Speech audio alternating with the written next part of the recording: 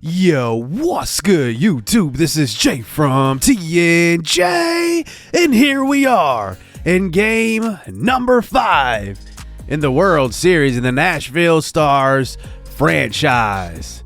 Our backs are up against the wall, and if we don't win here today, the Atlanta Braves will be World Series champions for the second time in about 7 years.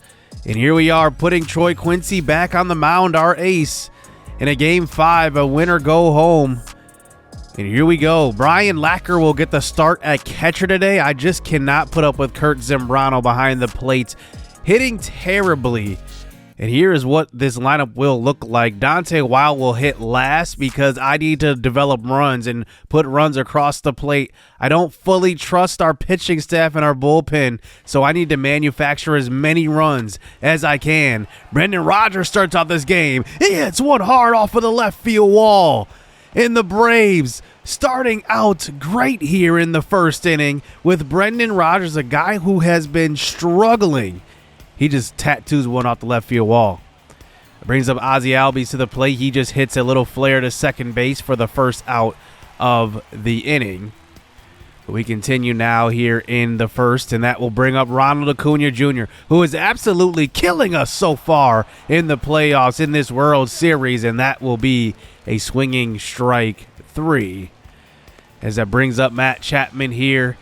2 outs, man on second, and he will swing at an outside changeup, so Troy Quincy gets us out of that jam as he gave up a leadoff double, but we get out of it. Max Fried on the mound for the Atlanta Braves.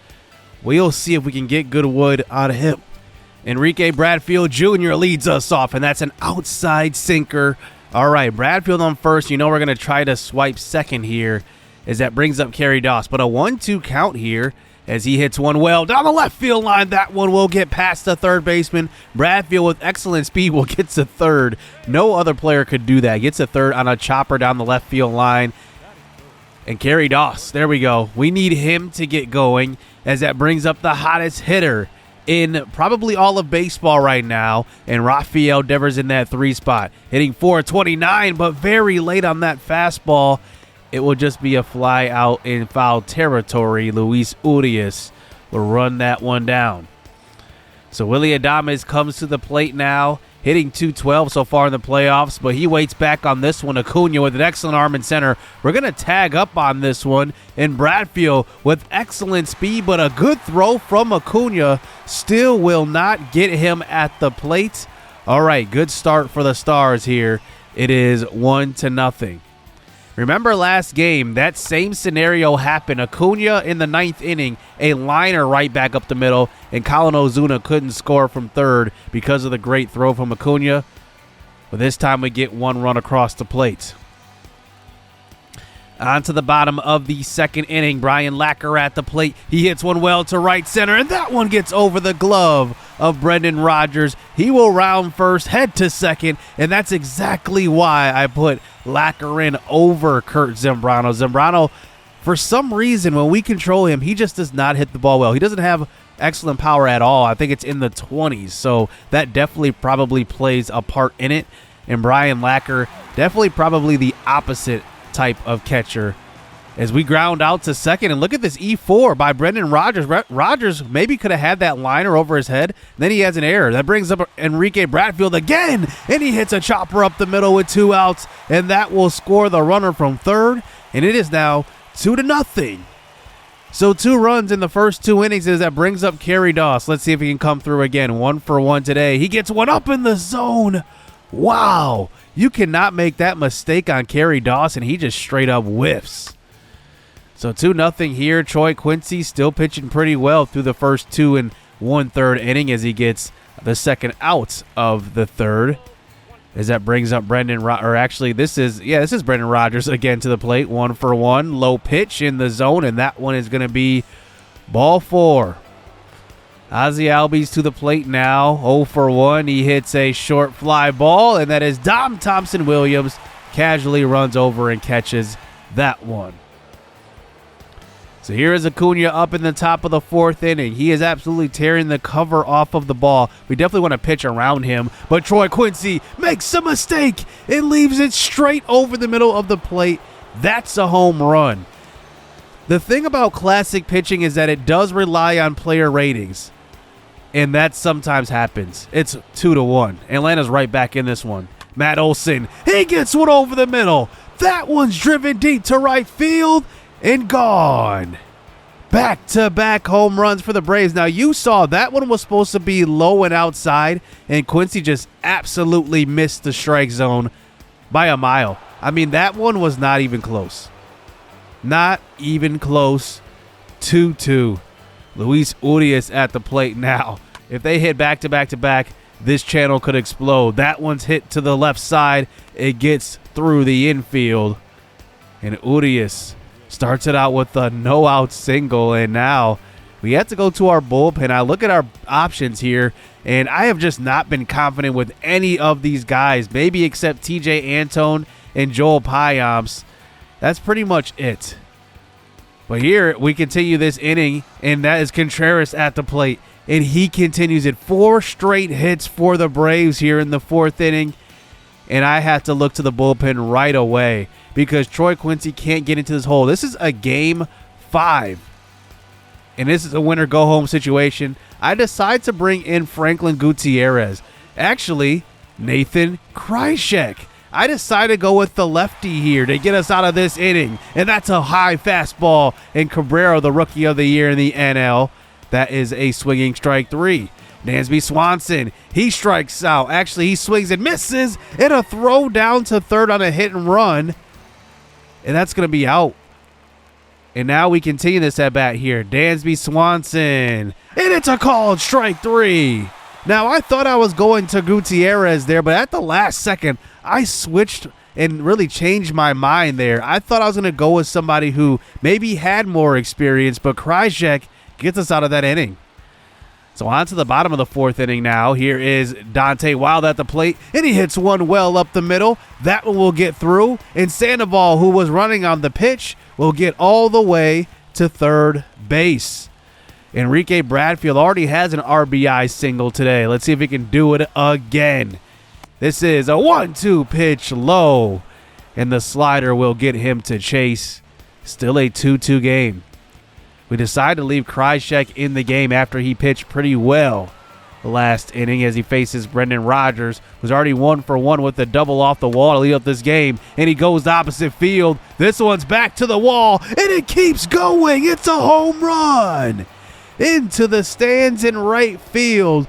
383 for Brendan Rodgers, and that will make it a 3-2 ball game. And now we continue this inning, but Acuna, hard hit ball to short, will get us out. And now we're down 3-2. So 3 of their top 4 hitters have already went deep today, as that brings us to the bottom of the 6th. And that is KFC with a screamer down the left field line. And that's a good start to this inning with no outs. So Dom Thompson-Williams comes to the plate now, 0 for 2 today. We moved him down the lineup because I know he can still come through, but this is a deep fly ball to center field. We'll see if KFC tags on this one, and he decides to hold up Acuna with an excellent arm. Wow, right on the money. It just helps so much to have a center fielder like that. We just can't run on him. Brian Lacker to the plate, though, and he goes to right field, making a 2 for 2 day for Brian Lacker, and he will have a double. And how about Brian Lacker filling in for Kurt Zambrano? 2 hits today. And that's Max Fried's 96th pitch of the game. You got to be thinking they might try to pull him here after giving up 3 runs. And they do just that. The manager comes out.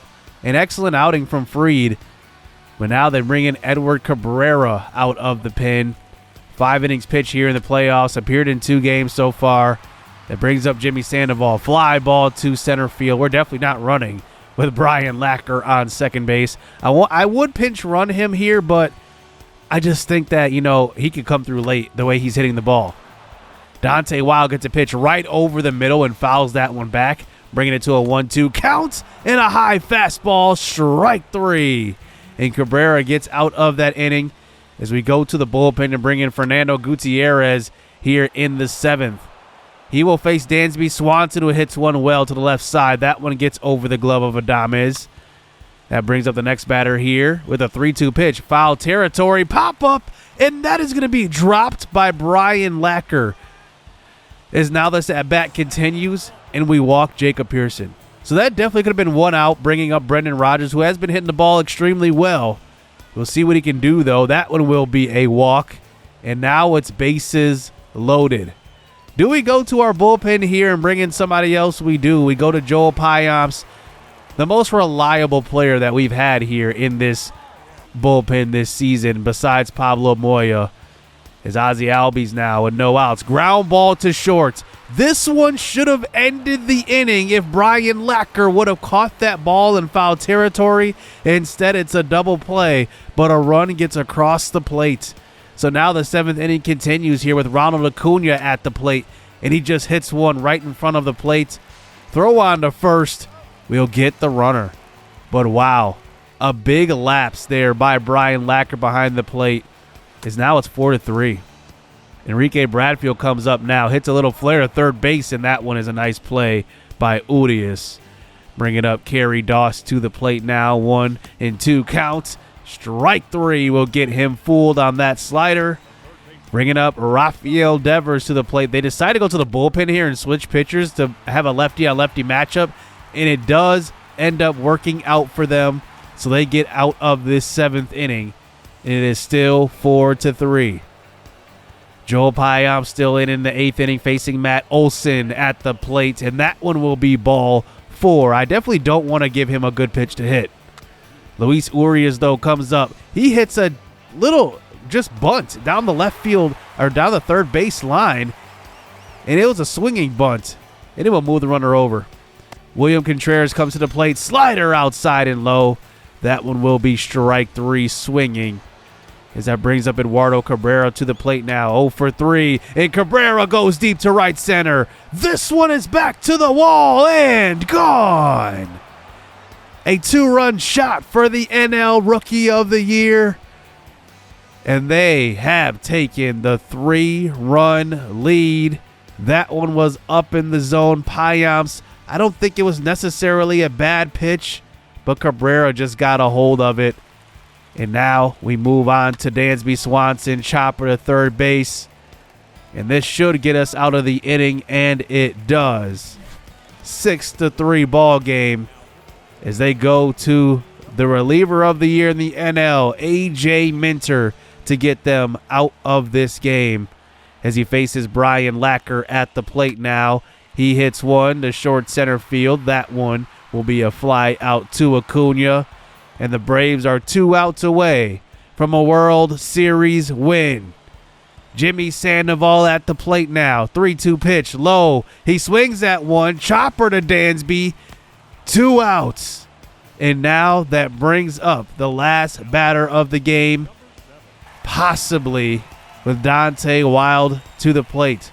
3-2 count here. 2 outs. 1-for-3 day for Dante Wild, and he checks his swing, but it's a called strike 3. And the Atlanta Braves will defeat the defending world champions in the Nashville Stars, and they will win it all. A disappointing ending for the Stars, but it was a great run here. As in 2 years we made the playoffs, the first one won the championship, the World Series, and now going to the World Series and losing. It definitely sucks, but I'm proud of this team. We probably did something that was like very, very impossible to do, especially in the MLB. Go back to the World Series after just winning it. That's incredibly hard to do if you're not like the Dodgers or something. But we did it. Disappointing ending, but we got to get better from here. I don't think we need many pieces in the offseason. I just think we need to tweak the roster just a bit. I think the bullpen is one. That's a really big one because we cannot rely on anybody. And then maybe a right-handed bat that can really contribute, and I think we can probably find that in our organization right now. So it sucks. we get defeated in the World Series 6-3, and we will see what the next season has ahead for us. So next episode will be the off season and also the start of next season. So I will have that all in one episode. So hope you guys enjoyed season 5. I definitely did. It was a whole lot of fun, and building this team has been a lot of fun too. So I can't wait to get into next season. A disappointing ending, but we will be back here hopefully another year in a row. Hit subscribe, hit that like button. I appreciate the support in this series. Disappointing ending, but stay tuned. Let's get it. Let's go.